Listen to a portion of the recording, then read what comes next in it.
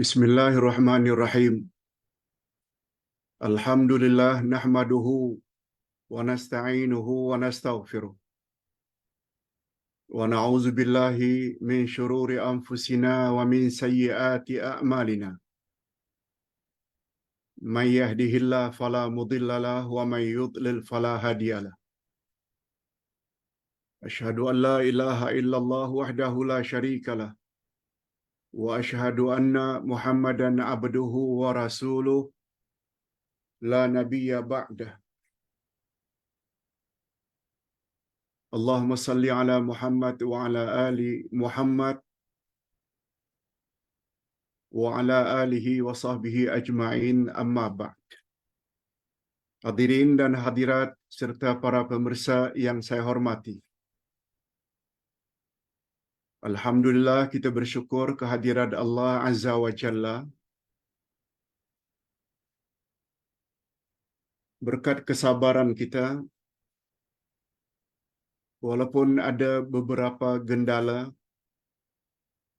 kita dapat nampaknya meneruskan pengajian kita pada duha pagi ini, hari Jumaat,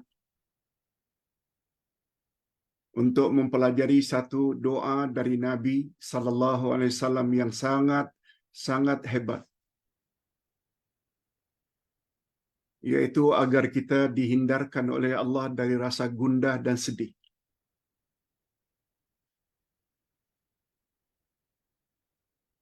Kita yang selalu merasa sedih, gundah, resah, tension,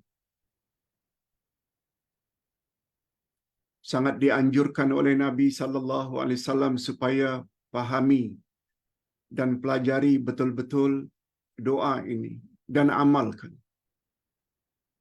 Insya-Allah kesedihan, gundah, resah, gelisah, tension akan hilang.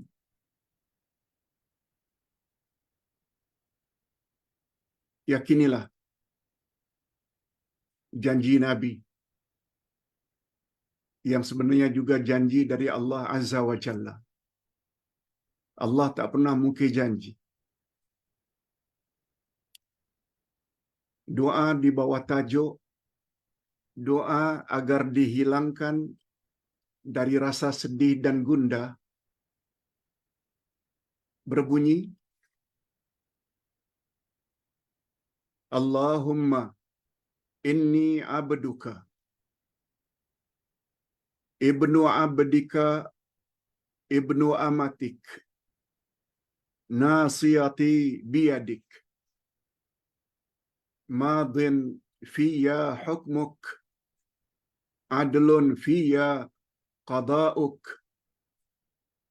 as'aluka bikulli ismin huwa laka sammaita bihi nafsak aw anzaltahu fi kitabik aw 'allamtahu ahadan min khalqik aw ista'tharta bihi fi ilmil ghaibi 'indak an taj'alal qur'ana rabi'a qalbi wa nura sadri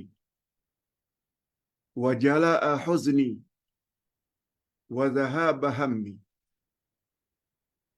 Itu bunyi doanya. Lihat buku himpunan doa, buku himpunan 50 doa Rasulullah sallallahu alaihi wasallam, halaman 27 dan 28.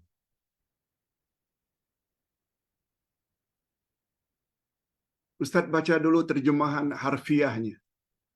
Kemudian Ustaz akan beri pencerahan dalam syarahannya.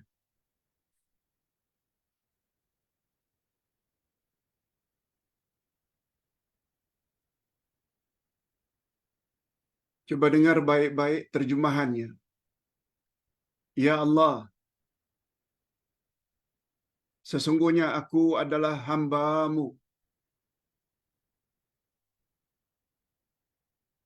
dan anak hamba lelaki-Mu dan anak hamba perempuan-Mu. Ubun-ubunku di tangan-Mu, ya Allah. berlaku kepadaku ketetapanmu, berlaku ketetapanmu pada diriku. Sungguh adil segala takdirmu terhadap diriku. Aku memohon kepadamu dengan segala nama milikmu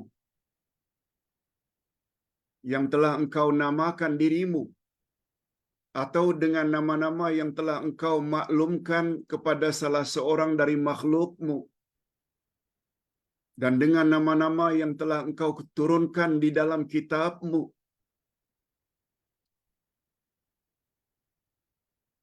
atau dengan nama-nama yang engkau simpan di dalam khazanah ilmu ghaib di sisimu. Kiranya, ya Allah, engkau jadikanlah Al-Quran itu sebagai penawar hatiku, cahaya bagi dadaku atau hatiku, penghilang kesedihanku, dan pelenyap rasa gundahku. Okey, itu terjemahannya. Sekarang Ustaz ingin uraikan kata demi kata supaya kita faham.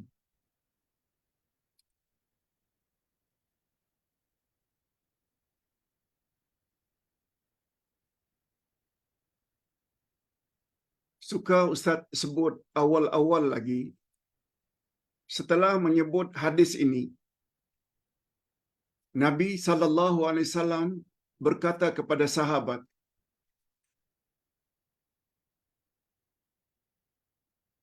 apa kata Nabi? Yang bagi liman sami'ahunna ayyata'allamannahunna.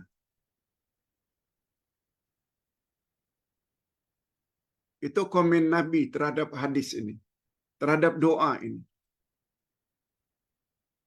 Sewajarnya lah, sepatutnya lah, siapa yang mendengar doa ini, supaya dia betul-betul pahami, yakini, dan amalkan dalam kehidupan sehari-hari, dan ajarkan kepada orang lain. Kalau Nabi sampai komen doa ini sedemikian rupa, maknanya doa ini sangat power. Sangat power.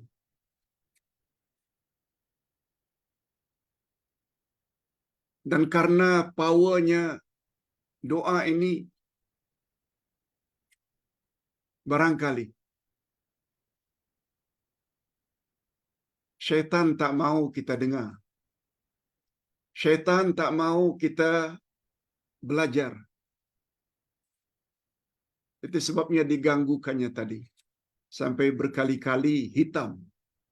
Tidak nampak gambar.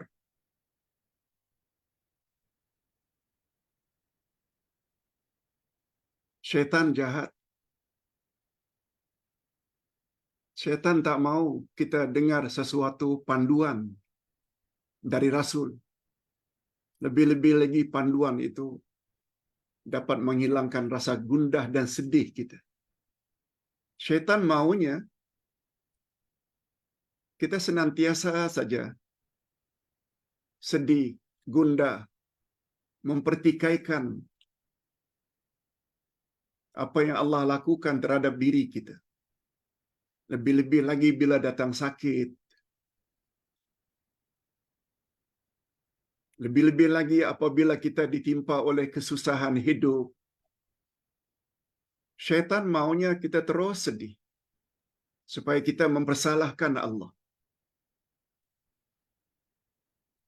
Sikap-sikap itu semuanya akan hilang insya-Allah bila kita faham kandungan doa ini. Itu sebabnya kata Nabi, siapa yang sudah dengar doa ini, hendaklah dia yakini, dia fahami, dia amalkan, dan ajarkan orang lain. Nabi sampai komen demikian setelah mengajar doa ini. Maknanya doa ini power. Baik. Sekarang kita ingin jelaskan satu demi satu. Pertama sekali, Ustaz ingin sebut bahagian yang pertama. Allahumma inni abduka ibnu abdika ibnu amatik. Artinya, ya Allah, aku adalah hamba-Mu. Aku juga adalah anak dari hamba-Mu yang laki-laki, yaitu bapa. Dan aku adalah anak dari hamba perempuan-Mu, yaitu ibu.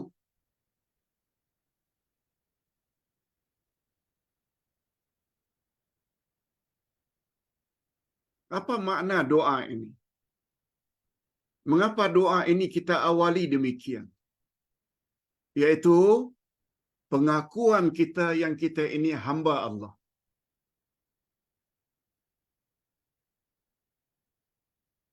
Derajat hamba Allah sangat tinggi. Derajat hamba Allah sangat tinggi. Itu sebabnya Nabi Muhammad sallallahu alaihi wasallam ketika Mi'raj di atas Sidratul Muntaha, Nabi sujud.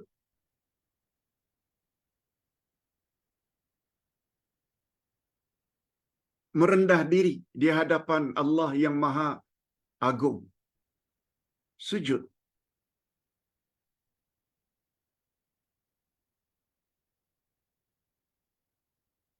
Apa kata Allah kepada Nabi?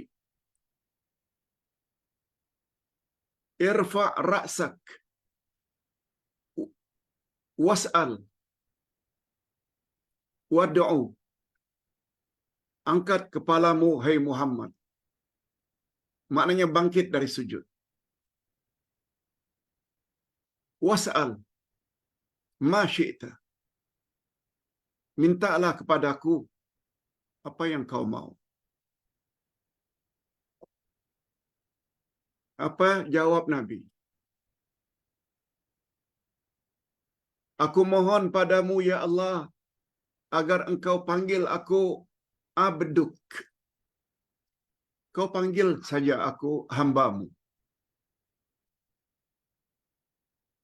Nabi tidak minta menjadi Rasul Allah. Nabi tidak minta menjadi Nabi Allah. Tapi ya abduk. Tolong panggilkan aku hamba-Mu ya Allah. Ini yang Ustaz dapat simpulkan. Menjadi hamba Allah ini adalah kedudukan yang sangat tinggi di sisi Allah.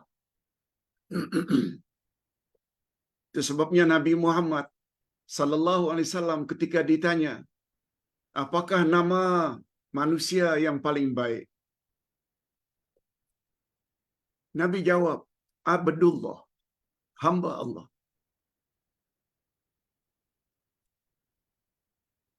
Mudah-mudahan kita semua, tak kira apa nama kita, semuanya menjadi hamba Allah. Pengakuan sebagai hamba Allah secara tersirat mengakui akan kebesaran majikan, mengakui akan keagungan Allah, sebab kita hamba-Nya.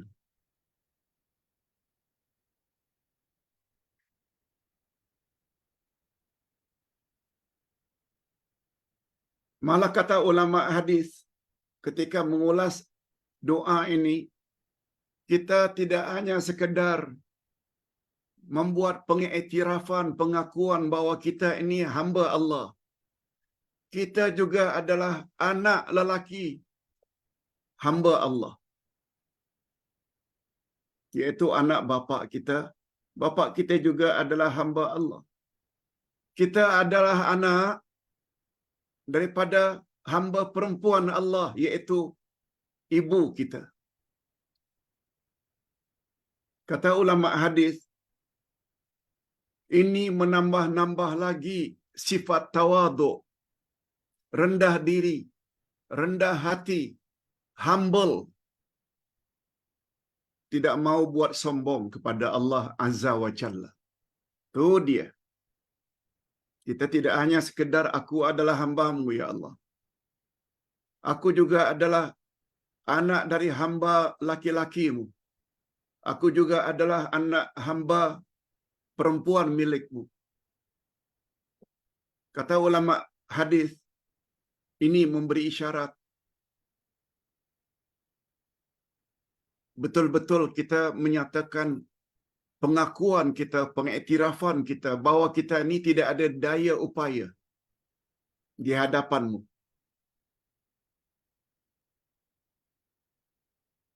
Dengan kata lain, kita membuat pengakuan bahawa kita ini adalah milik Allah. Ibu bapa kita, nenek moyang kita, semuanya adalah hamba-hamba Allah.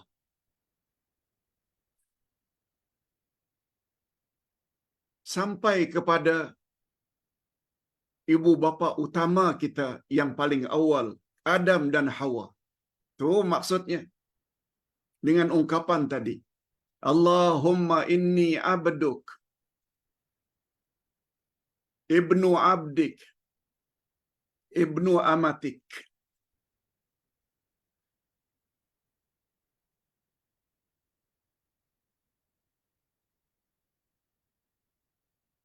Kita teruskan.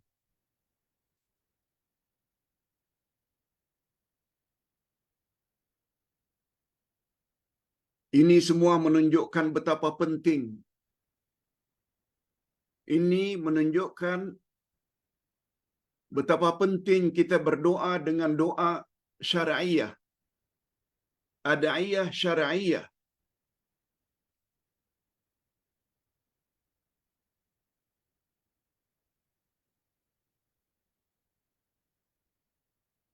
Doa syar'iyah maknanya doa yang datang dari Nabi, yang disyariatkan oleh Nabi, yang diajar oleh Nabi. Sangat-sangat istimewa. Dari sudut lafaznya, macam tadi, ana abduka, ibnu abdik, ibnu amatik. Susunan itu tuh Nabi yang susun atas arahan Allah. Bukan saja lafaznya, maknanya dan maksudnya juga sangat mendalam.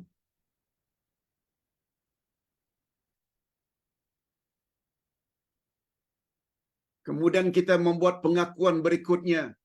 Nasiyati biyadik. Nasiyati maknanya ubun-ubunku. Nasiyah itu bahagian depan kepala.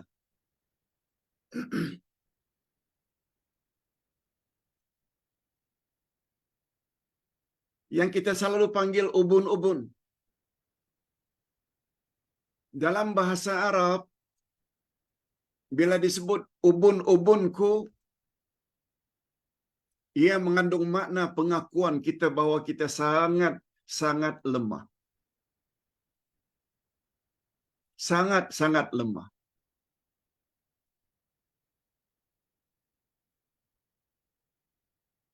Itu sebabnya orang-orang zaman dahulu. Ustaz teringat ketika masih baby.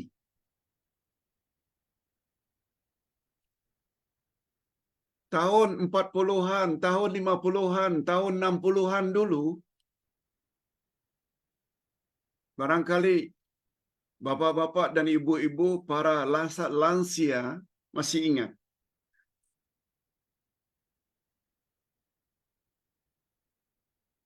Rambut apabila dicukur, maka akan ditinggal pada bahagian hadapan. yang namanya jambul. Kalau istilah orang Batam, orang Riau, jambul. Bahagian ini tidak dipotong rambutnya. Bila Ustaz lihat gambar Ustaz ketika baby masih meniarap, memang ada rambut di sini. Tak dipotong. Yang dipanggil dengan jambul. Apa sebab? Karena bahagian itulah ketika kita masih baby sangat lemah. Malah kadang-kadang denyutannya itu kelihatan. Supaya tidak terganggu, bahagian itu tidak dicukur. Istilah dalam bahasa Arab, kalau kita katakan kepada seseorang, nasiyati biyadik, ubun-ubunku terletak di tanganmu. Maknanya engkau maha berkuasa, ya Allah. Engkau boleh perlakukan aku apa saja yang engkau kehendaki. Yes, itu maksudnya.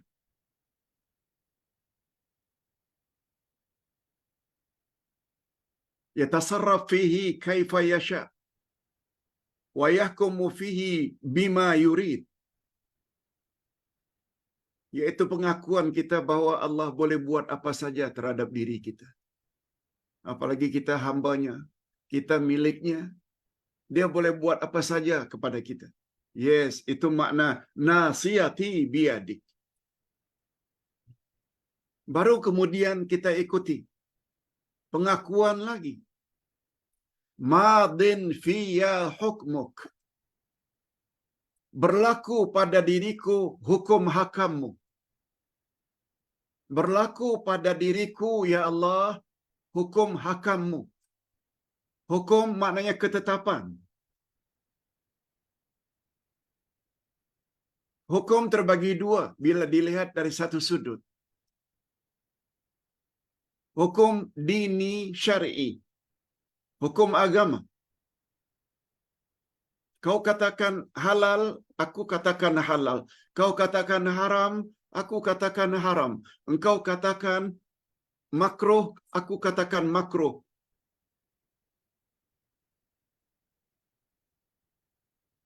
Suruhanmu aku akan buat. Sebab itu ketetapanmu. Kau suruh salat, puasa, tutup aurat, ihsan pada mak bapa, segala laranganmu aku akan jauhi. Jangan durhaka, jangan berzina, jangan minum arak, jangan rasuah. Yes, itu maksudnya. Madin fiyya hukmuk. Berlaku kepada diriku ketetapan-ketetapanmu. Sama ada hukum syar'i, dini, hukum syarak, suruh salat, salat, disuruh puasa, puasa, disuruh menuntut ilmu, tuntut ilmu, disuruh supaya baca Quran, baca Quran, suruh jadikan Quran sebagai pedoman hidup, jadikan Quran sebagai pedoman hidup. Itu maknanya. Yang kedua, hukum kauni qadari. Hukum yang pertama, hukum agama. Segala ketetapanmu berlaku ke atas diriku. Hukum kauni qadari iaitu takdirmu terhadap diriku. Engkau berkuasa. Ya Allah, kau ingin cipta aku dalam bentuk seperti ini? Tak handsome? Hakmu, ya Allah. Kau ingin jadikan orang lain handsome, hidung mancung? Hakmu. Aku tak boleh mempertikaikan. Itu maknanya hukum qadari kauni. Kau jadikan aku laki-laki, aku reda, ya Allah. Engkau jadikan aku kaum perempuan, aku reda, ya Allah. Engkau jadikan aku orang Melayu, aku reda. Engkau jadikan aku orang India, aku reda. Engkau jadikan aku orang Cina, aku reda. Itu maknanya. Hukum kauni qadari.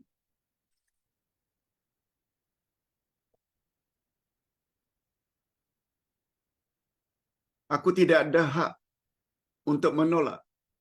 Segala ketetapanmu, engkau yang paling berhak. Sebab aku milikmu, ya Allah.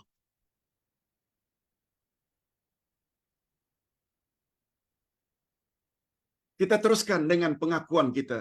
Adlun fiyya qada'uk.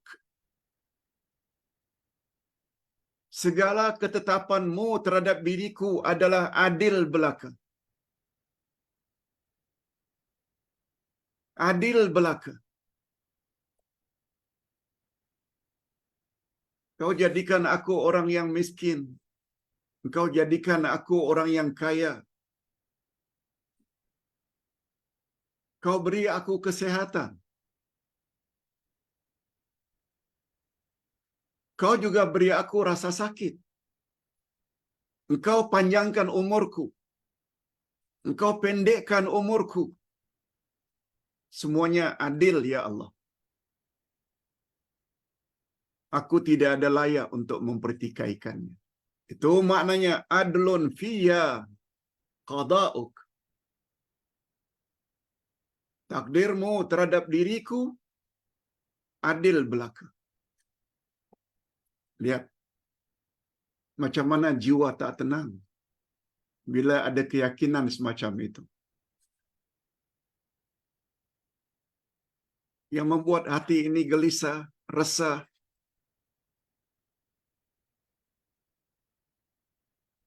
Karena hati ini suka mempersalahkan Allah. Hati ini suka berburuk sangka pada Allah.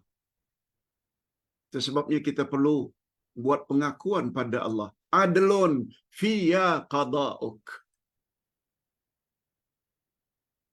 Kau beri aku umur sekian, lalu aku mati. Engkau beri aku umur sekian, lalu aku mati.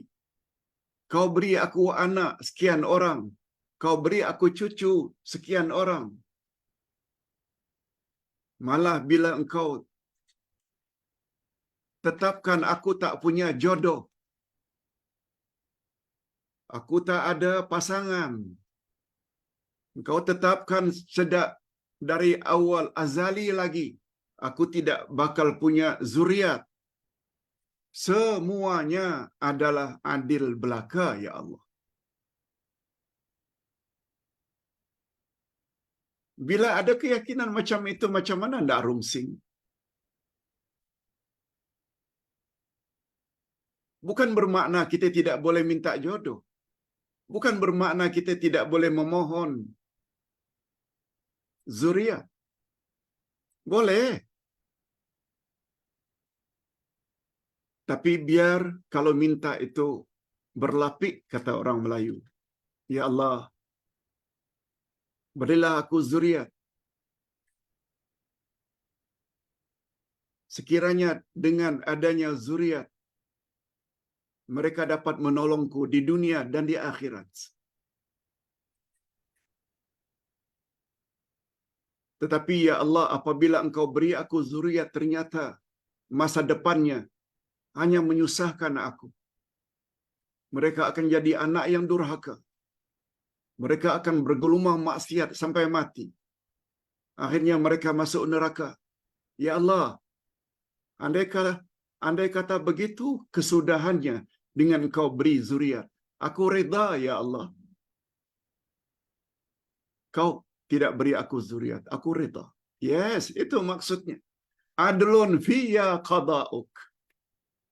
Segala ketetapanmu terhadap diriku adil belaka. Sebab semuanya mesti mempunyai hikmah.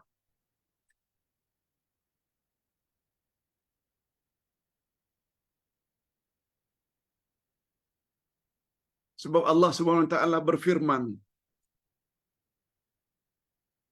A'udzubillahi minasyaitonir rajim. Wama rabbuka bizallamil lil 'abid. Allah tidak pernah berbuat zalim terhadap hambanya. Kalau Allah tak pernah berbuat zalim, maknanya Allah adil. dalam semua hal. Cuma kita saja kadang-kadang berburuk sangka.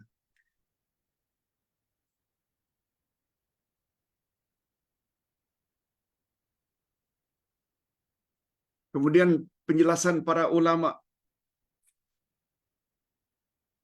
setelah menyatakan kerendahan hati, baru kita berdoa. Setelah kita nyatakan hakikat yang sebenarnya, kita ini hambanya, kita adalah anak dari hamba lelaki-Mu, ya Allah. Kita adalah anak hamba perempuan-Mu, ya Allah, ibu bapa. Sampai Adam dan Hawa. Kalau kita nyatakan, ubun-ubunku di tangan-Mu, ya Allah. Kalau boleh buat apa saja terhadap diriku sebab aku makhluk yang lemah. Madin fiyya hukmuk. Berlaku ke atas diriku segala ketetapan-Mu. Sama ada hukum syarak atau hukum takdir. Seperti yang kita jelaskan tadi. Bukan saja berlaku, adlun fiyya qada'uk. Segala apa saja yang berlaku ke atas diriku adalah adil belaka. Tak ada unsur zalim, ya Allah.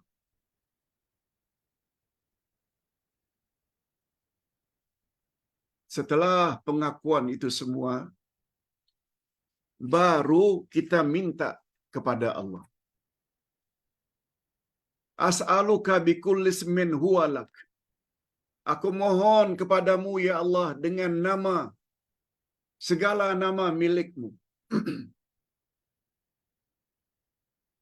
As'alu maknanya aku minta.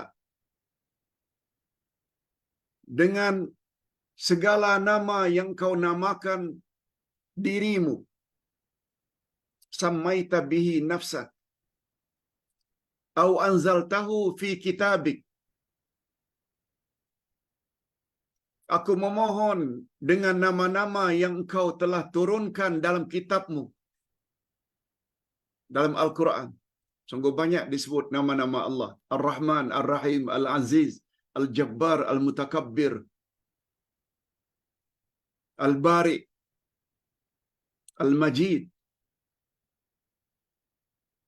Ini namanya tawasul. Aw 'allamtahu ahadan min khalqik.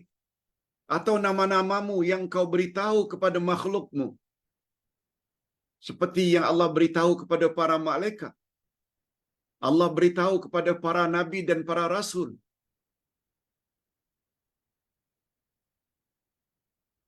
Aw ista'sarta bihi fi ilmil ghaibi 'indak.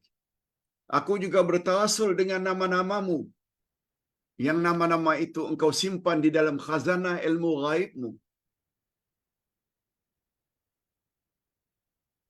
Ini namanya tawasul dengan nama-nama Allah.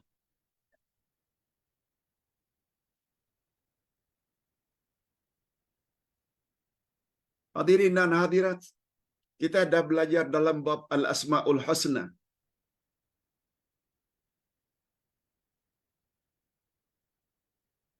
Bahwa nama-nama Allah, sifat-sifat Allah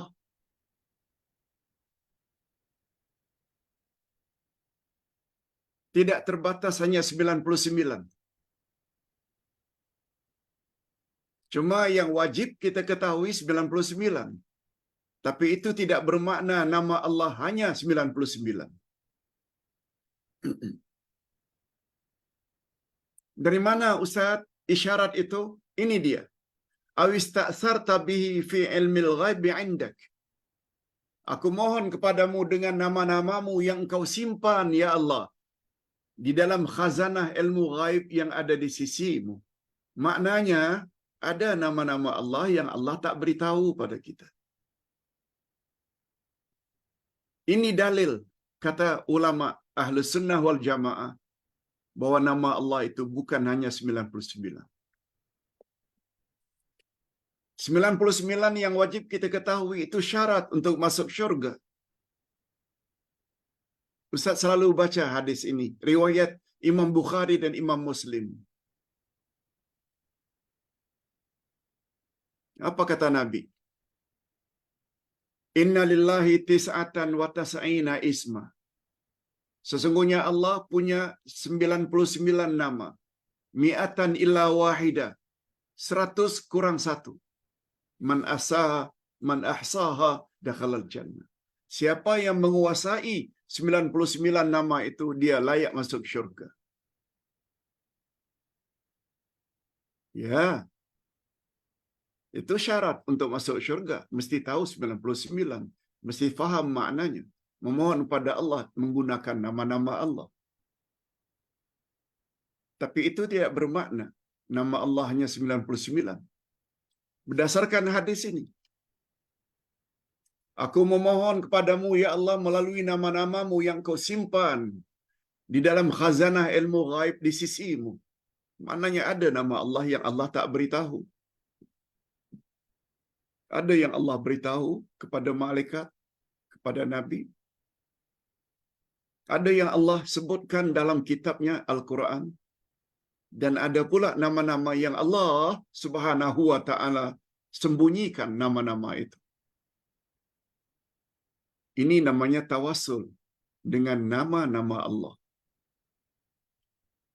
Sebelum kita memohon sesuatu, supaya doa kita lekas makbul, lekas dikabulkan oleh Allah, lekas dijawab oleh Allah Azza wa Jalla.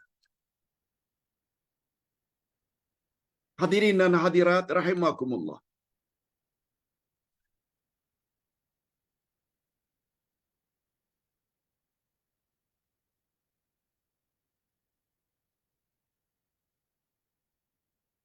Jadi setelah kita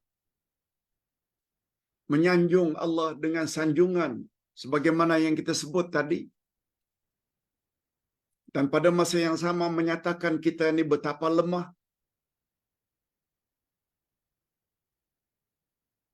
lalu kita minta kepada Allah Azza wa Jalla. Apa yang kita minta? Antaja'ala al-Qur'ana rabi'a qalbi. Ya Allah, setelah aku bertawassul menyanjungmu dengan keyakinanku akan kehebatanmu, akan keyakinanku betapa lemahnya diriku, atas keyakinanmu segala ketetapanmu terhadapku adalah benar belaka dan adil belaka. Lalu kita sambung pula dengan menyebut nama-nama Allah, Al-Asma'ul Husna. Nah, yang kita minta, Antaja'alal Qur'ana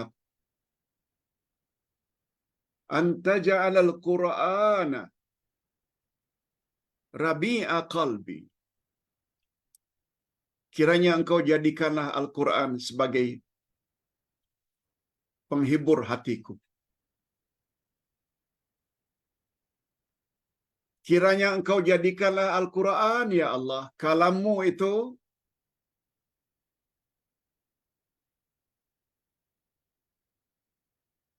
menyenangkan hatiku. Rabi'a. Hadirin dan hadirat, Rabi' ini sebenarnya adalah nama musim. Kalau kita di Nusantara ini, tidak ada musim sebagaimana musim di negeri Arab atau di Eropah. Kalau Arab, ada namanya Syita. Syita, musim sejuk. Saif, musim panas. Dan ada satu lagi yang namanya Rabi'. Rabi' ini selalu kita artikan dengan musim bunga. Sejuk tidak, panas tidak. Rabi'. Biasanya manusia pada musim Rabi' musim bunga, mereka happy. Mereka melancong, mereka mengembara. Sebab mereka tidak merasa terlalu panas dan tidak terlalu sejuk. Sederhana. Kita di kawasan Khatulistiwa tidak ada musim itu. Seimbang senantiasa sepanjang tahun. Itu sebabnya dalam surat Quraisy Allah sebut kebiasaan orang-orang Quraisy. Li'ila fi Quraisy ila fihim rihlatasy syita'i was-saif. Sudah menjadi kebiasaan orang-orang Quraisy, yaitu membuat perniagaan di musim sejuk dan musim panas. Musim sejuk mereka akan pergi ke selatan Yaman. Musim panas mereka akan pergi ke Syam, Syria, Lebanon, Palestin, Damsyik, Iraq. Syita wasaif, ini dua. Dan pertengahan itu namanya Rabi', yaitu musim bunga. Tidak terlalu panas, tidak terlalu sejuk. Nah, penggunaan yang digunakan oleh Nabi, anta ja'alal Qur'ana rabi'a qalbi. Kiranya, ya Allah, Engkau jadikanlah Al-Quran itu menjadi kegemaran hatiku, kesukaan hatiku, menggembirakan hatiku.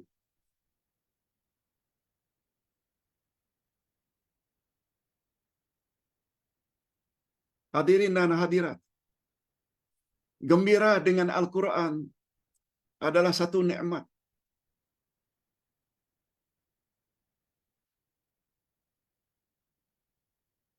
Mudah-mudahan kita diberi oleh Allah Subhanahu wa taala senang saja belajar tafsir. Ustaz sangat senang mengajar tafsir.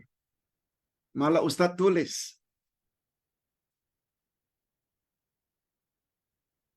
Sebab Al-Quran adalah kalamullah. Tak ada sedikit pun yang boleh diragukan kandungan Al-Quran. Macam mana tak happy? Itu sebabnya Allah Subhanahu wa taala sebut dalam surat Yunus. Apa kata Allah? Setelah Allah Subhanahu wa taala sebut kepada manusia, ya ayuhan nas, qad ja'atkum mau'izatun mir rabbikum wa shifaa'un lima fis sudur wa hudan wa rahmatun lil mu'minin. Sekalian manusia, telah datang kepadamu nasihat dari Tuhanmu, yaitu Al-Quran. Penawar apa yang ada di dalam hatimu. Itu dia peranan Quran. Penawar, obat, syifa bagi hatimu. Itu dia. Dia juga adalah petunjuk dan rahmat bagi orang-orang yang beriman. Qul bifadlillahi wa rahmati fabidzalika falyafrahu huwa khairum mimma yajma'un. Coba dengar apa kata Allah. Oleh sebab itu, hai Muhammad, katakanlah kepada umatmu, dengan memiliki Quran dan kegemaran mempelajari Al-Quran, bukan saja memiliki Quran, kegembiraan, kesukaan hati mempelajari Al-Quran, fabidzalika falyafrahu, hendaklah mereka merasa gembira. Huwa khairum mimma yajma'un. Memiliki Quran dan gembira mempelajari Quran, khairun, itu adalah lebih baik. Itu adalah better for you in kun mimma tajma'un. Memiliki Quran dan gembira mempelajarinya, itu adalah lebih baik bagimu daripada apa saja yang kamu kumpulkan. Memiliki Quran dan gembira memahaminya. Khairun, better, lebih baik, mimma yajma'un, lebih baik daripada apa yang kamu kumpulkan. Sifat manusia kan suka kumpul harta, kumpul kereta, kumpul rumah, kumpul kebun, kumpul ini dan itu. Allah yang sebut, dengan memiliki Quran dan gembira mempelajarinya, itu semua adalah lebih baik bagimu dari apa saja yang kamu himpunkan. Apa sebab? Ustaz pernah sebut dulu, bila mati, kebun tinggal, kereta tinggal, anak cucu tinggal, pasangan kita tinggalkan, pangkat kita tinggalkan, harta walaupun berbilion-bilion, semuanya kita tinggalkan. Tapi Quran akan bersama kita dalam kubur. Dia yang akan defend kita. Dia akan tolong kita. Apalagi Quran diizinkan oleh Allah untuk memberi syafaat, pertolongan kita di akhirat nanti. Allahu Akbar. Allahu Akbar. Ceramah macam ini yang syaitan tak mau para jemaah dengar. Sebab bila jemaah dengar dan faham, apalagi kata Nabi, bila kamu dah dengar doa ini, pelajarilah, yakinilah, dalamilah, amalkanlah, sebar-sebarkan pada orang lain. Ini menunjukkan bahawa doa ini powerful. Apalagi kita belajar pada hari Jumaat pula. Hari yang sangat diberkati oleh Allah Azza wa Jalla.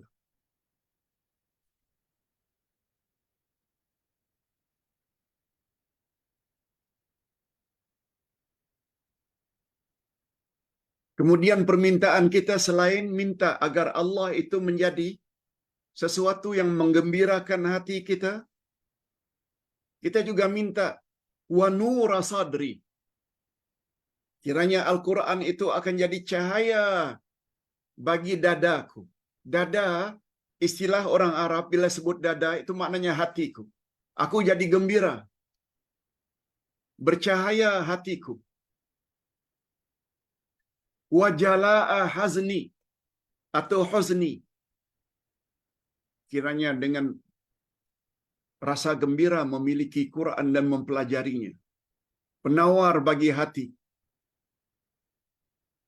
sehingga hilanglah rasa sedihku, wa dhihaba hammi, dan hilanglah rasa gundahku.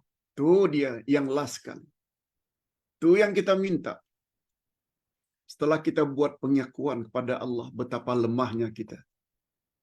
Setelah kita buat pengakuan pada Allah betapa berkuasanya Allah terhadap diri kita, sehingga kita katakan, ubun-ubunku di tangan-Mu ya Allah. Apa saja Engkau tetapkan pada diriku adalah benar belaka. Apa saja yang Engkau telah timpakan ke atasku adil belaka. Kemudian kita bertawasul dengan nama-nama Allah. Lalu kita minta yang terakhir sekali, jadikanlah Al-Quran sebagai penghibur hatiku. Quran juga sebagai cahaya bagi hatiku. Nah, dan lebih daripada itu, tolonglah ya Allah dengan kepahamanku terhadap Al-Quran, sehingga hilang rasa gundah dan rasa sedihku. Ingat ya, ham lain, huzun lain. Ham itu rasa takut terhadap perkara yang akan datang. Itu makna ham. Aku harap ya Allah, Engkau hilangkanlah ham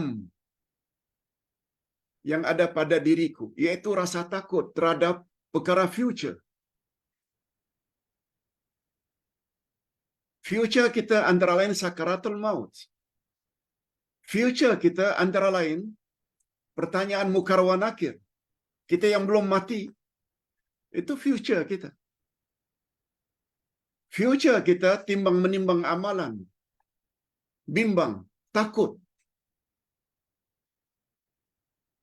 Kalaulah amal jahat lebih berat daripada amal baik. Juga ham, takut kalau tidak dapat melintas siratal mustaqim. Itu ham. Huzun pula, ya Allah tolong hilangkan rasa sedihku. Sedih pula terhadap perkara-perkara yang telah berlalu. Kita yang kematian suami dah meninggal. Kita yang kematian istri dah meninggal. Kita yang telah meninggal anak kesayangan kita. Kita yang sudah meninggal ibu bapa kita. Semuanya sedih. Tolong ya Allah, lindungilah aku daripada rasa ham, takut untuk masa depan. Dan tolonglah ya Allah, kiranya Engkau hilangkan rasa sedih. Apa yang aku sedihkan pada masa silam. Hadirin dan hadirat, sungguh banyak dalam Al-Quranul Karim Allah sebut bahawa Quran itu syifa. Seperti firman Allah pada surat Al-Isra ayat 82. Wa nunazzilu minal Qur'ani ma huwa shifaa'un wa rahmatul lil mu'minin. Tidaklah Al-Quran itu diturunkan kecuali sebagai syifa dan rahmat bagi orang-orang yang beriman. Syifa maknanya penawar. Oleh sebab itu, bagi orang yang tidak belajar, apalagi tidak belajar Quran, tidak belajar tafsir Quran, mereka akan selalu sedih. Yang sepatutnya tak perlu disedihkan.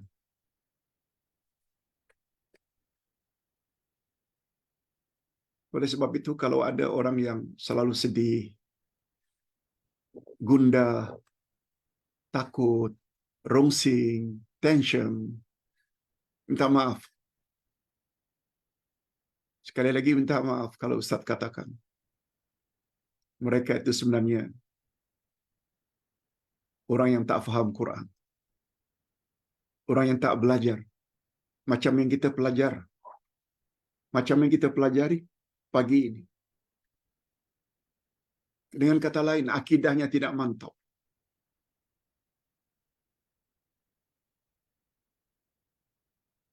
Untuk kemantapan akidah mesti faham Quran. Itu sebabnya Ustaz ada satu kitab.